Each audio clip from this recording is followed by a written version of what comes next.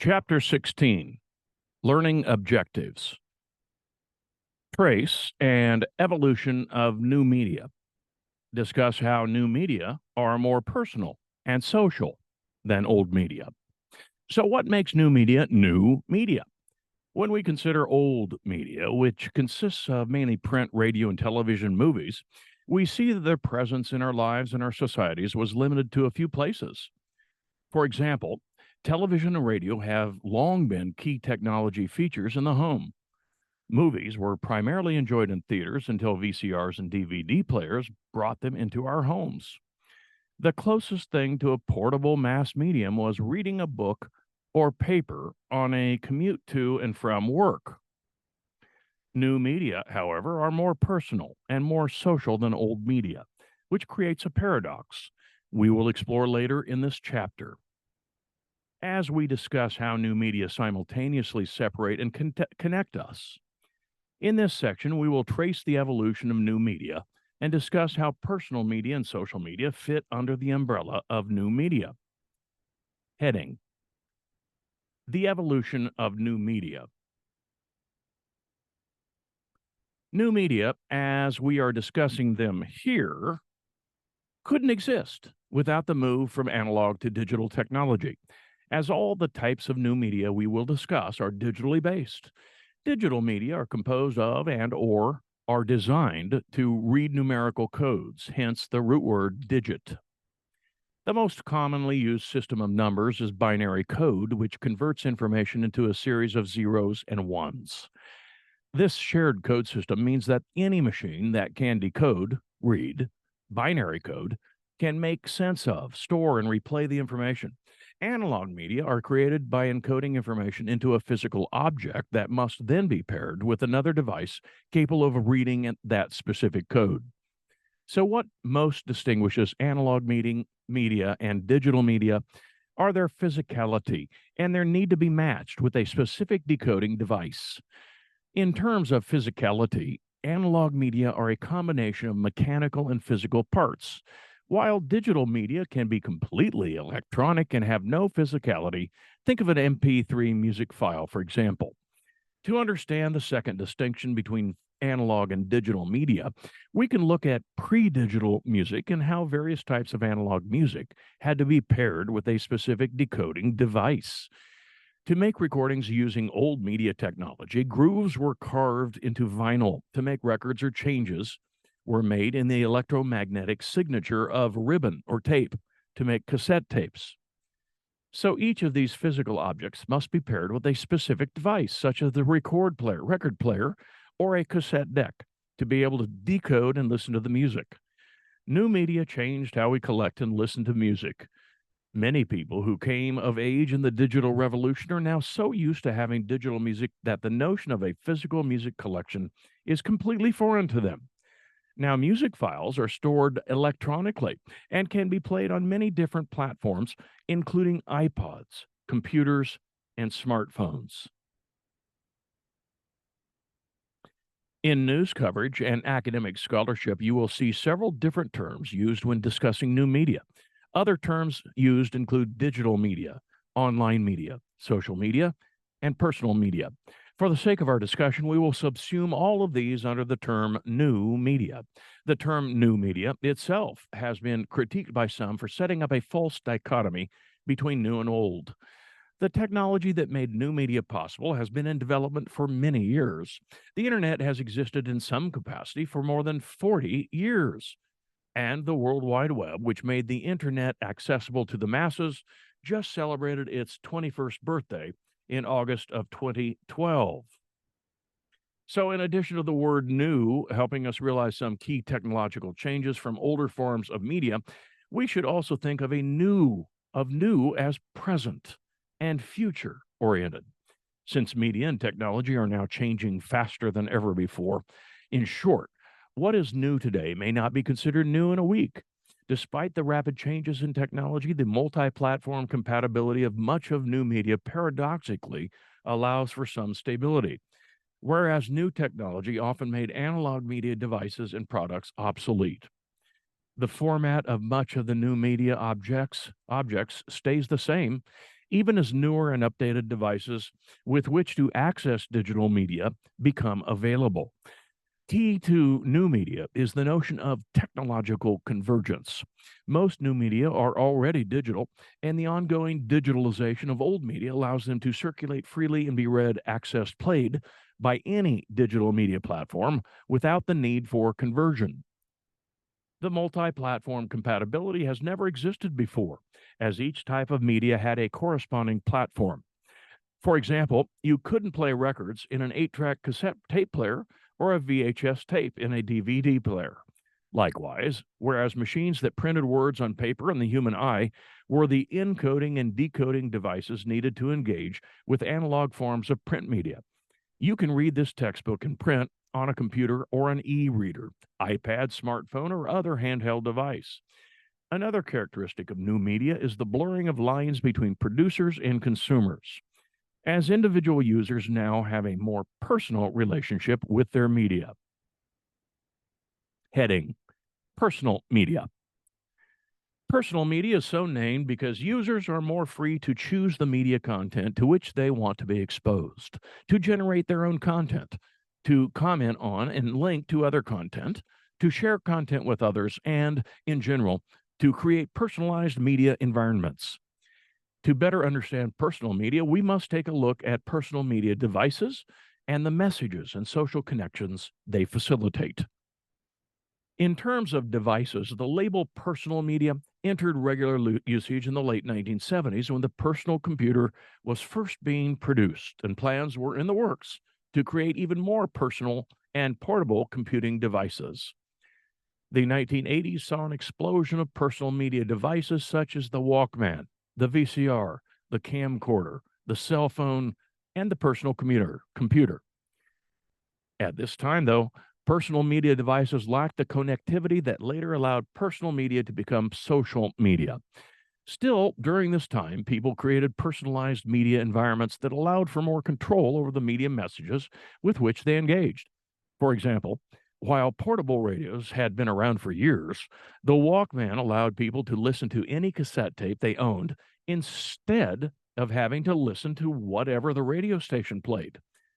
Beyond that, people began creating mixtapes by recording their favorite songs from the radio or by dubbing select songs from other cassette tapes.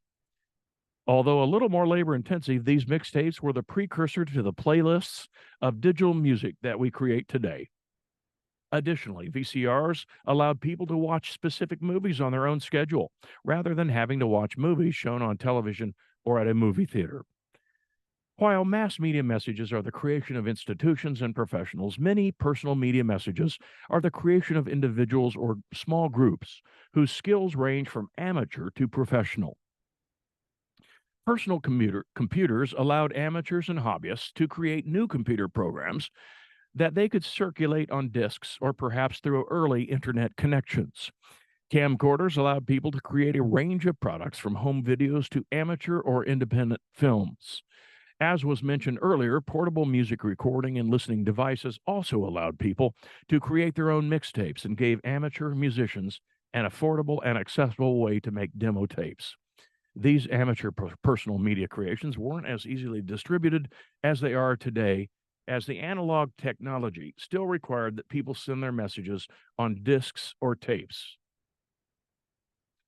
Personal media crossed the line to new and social media with the growing accessibility of the internet and digital media. As media products like videos, music, and pictures turned digital, the analog personal media devices that people once carried around were no longer necessary. New online platforms gave people the opportunity to create and make content that could be accessed by anyone with an internet connection. For example, the singer who would have once sold demo tapes on cassettes out of his or her car might now be might now discover after putting his or her music on MySpace. Heading: Social media. Media and mass media have long been discussed as a unifying force. The shared experience of national mourning after President Kennedy was assassinated and after the terrorist attacks of September 11th, 2001, was facilitated through media. Online media, in particular, is characterized by its connectivity. This type of connectivity is different from that of mass media. Whereas a large audience was connected to the same radio or television broadcast, newspaper story, book, or movie via a one way communication channel sent from one place to many, online media connects mass media outlets to people and allows people to connect back to them. The basis for this connectivity is the internet, which connects individual computers, smartphones, and other devices in an interactive web. And it is this web of connected personal media devices like computers and smartphones that facilitates and defines social media. Technology has allowed for mediated social interaction since the days of the telegraph, but these connections were not at the mass level they are today. So even if we think of the telegram as a precursor to the tweet, we can still see that the potential connection points and the audience size are much different. While a telegraph went to one person, Olympian Michael Phelps can send a tweet instantly to 1.2 million people. Justin Bieber's tweets reach 23 million people. Social media doesn't just allow for connection, it allows us more control over the quality and degree of connection that we maintain with others. The potential for social media was realized under the conditions of what is called Web 2.0, which refers to a new way of using the connectivity of the internet to bring people together for collaboration and creativity, to harness collective intelligence. This entails using the web to collaborate on projects and problem solving rather than making and protecting one's own material. Much of this was achieved through platforms and websites such as Napster, Flickr, YouTube, and Wikipedia that encouraged and enabled user generated content.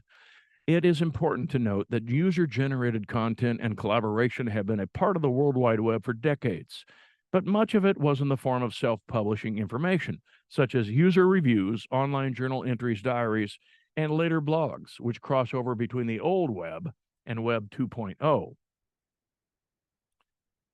The most influential part of the new web is social networking sites, which allow users to build a public or semi public profile, create a network of connections to other people, and view other people's profiles and networks of connections.